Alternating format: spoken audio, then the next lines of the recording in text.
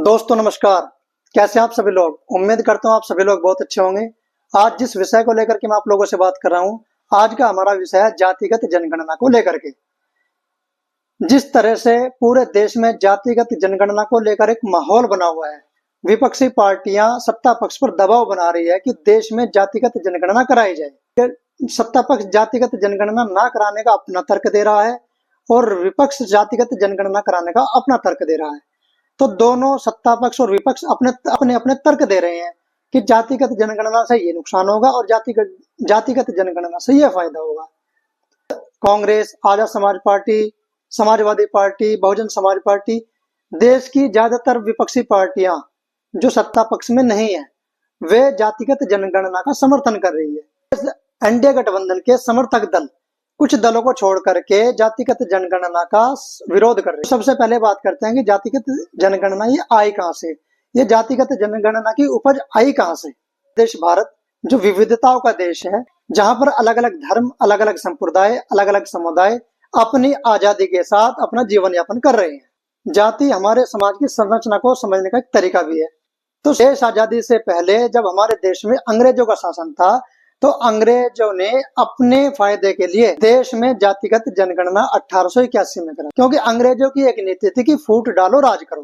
फूट डालो राज करो नीति के तहत अंग्रेजों ने 1881 में देश में जातिगत जनगणना कराई। गणना आखिरी बार 1931 में हुई थी, 1931 में। तब से लेकर के आज तक देश आजादी के लगभग 75 वर्षों के बाद तक भी हमारे देश में जातिगत जनगणना का कोई नाम नहीं था। जातिगत जनगणना के हम सबसे पहले फायदों की बात करते हैं। जातिगत जनगणना का सबसे पहला फायदा यह है कि अवसरों की समान उपलब्धता होगी। जातिगत जनगणना का फायदा ये होगा कि समाज के उस वर्ग को भी सरकारी योजनाओं का अवसर मिलेगा जो समाज का सबसे आखिरी व्यक्ति है। 70 वर्षों के बाद तक भी हमारे देश में जातिगत जनगणना का कोई नाम नहीं था, लेकिन वर्तमान में जब से जनगणना की बात आई है, यानी कि जो जनगणना 2021 में हो जानी चाहिए थी, उसके बाद से विपक्षी पार्टियां सरकारों पर दबाव बना रही है कि देश में जातिगत जनगणना कराई जाए। तो जातिगत जनगणना आखिर विपक्षी पार्टियां इसके पीछे क्यों पड़ी हुई है, उनका क्या फायदा है और क्या इसके नुकसान हो सकते हैं। दूसरी, वितरण जो होगा वो न्याय संगत होगा। जब जाति आधारित जनगणना होगी तो सभी सरकार के पास ये डेटा पहुंचेगा कि इस जाति के पास संसाधन बिल्कुल कम है या बिल्कुल है ही नहीं, तो इसको इसका फायदा देना चाहिए।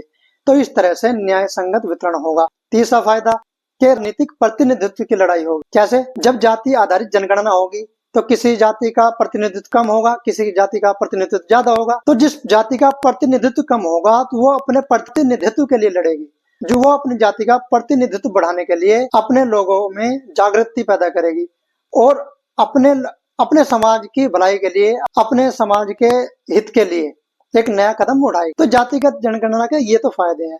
फायदे तो वैसे बहुत है, लेकिन हम कुछ की बात करते हैं। हालांकि जहां हम जातिगत जनगणना के फायदे देख चुके हैं, अब हम जातिगत जनगणना के नुकसान की बात करते हैं। सबसे पहला नुकसान जातिगत जनगणना का क्या है? सबसे पहला नुकसान जातिगत जनगणना का है जनसंख्या विस्फोट। जनगणना 2011 के अनुसार भारत की जो जनसंख्या थी वो लगभग 120 करोड़ थी, और 120 करोड़ की जनसंख्या तब थी जब प्रत्येक सरकारों ने परिवार नियोजन का प्रचार प्रसार व्यापक रूप से किया।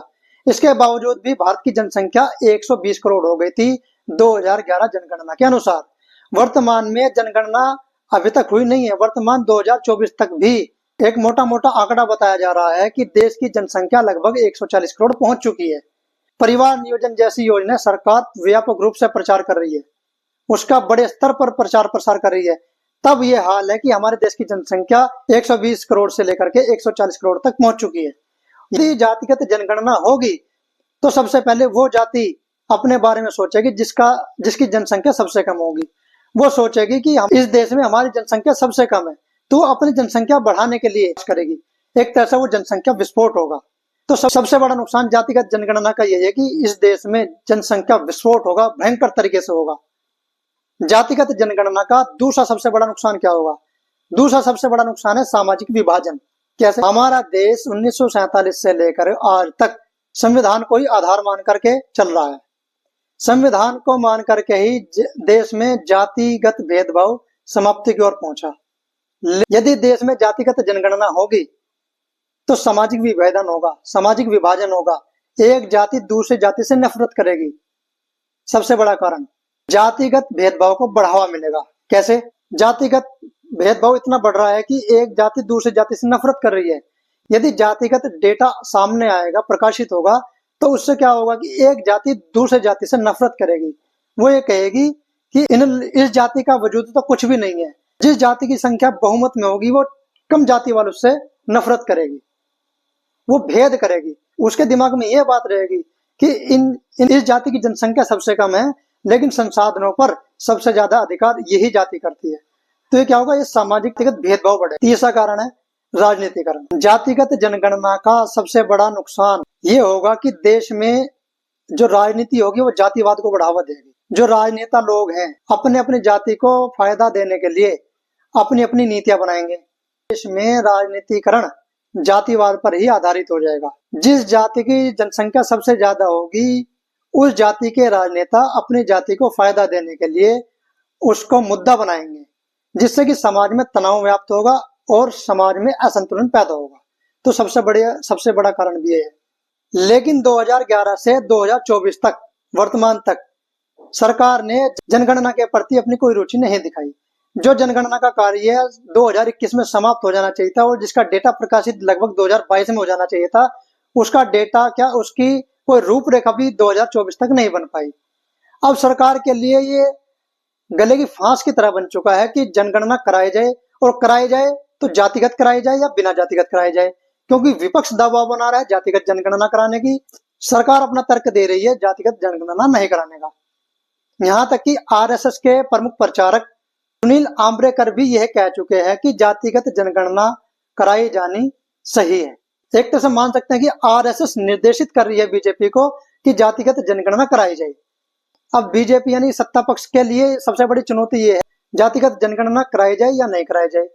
एनडीए गठबंधन के कुछ दलों को छोड़ करके ज्यादातर दल इस जातिगत जनगणना का विरोध कर रहे हैं, लेकिन पूरा का पूरा विपक्ष जातिगत जनगणना का समर्थन कर रहा है। अब देखना यह है कि सरकार जनगणना को लेकर के इस मुद्दे को कितना लंबा खींचती है। इस मुद्दे को यानी जनगणना के मुद्दे को सरकार 2025-26 में पूरा करेगी या 26-27 में, जब उत्तर प्रदेश के विधानसभा चुनाव होंगे। क्योंकि जातिगत जनगणना और जनगणना ये महत्वपूर्ण मुद्दा होने वाला है विधानसभा चुनाव को लेकर के। जैसे अभी ओल्ड पेंशन स्कीम का मुद्दा की जगह यूपीएस पेंशन लेकर के आई, ऐसे ही जातिगत जनगणना का भी कोई तीसरा ऑप्शन सरकार कर सकती है। जातिगत जनगणना को लेकर के आप लोगों का क्या विचार है? आप लोग इस पर क्या सोचते हैं? आप लोगों की क्या राय है? आप लोग क्या चाहते हैं कि जातिगत जनगणना होनी चाहिए या नहीं होनी चाहिए? आप अपनी राय कमेंट बॉक्स में जरूर दे सकते हैं। धन्यवाद। जय हिंद, जय भारत।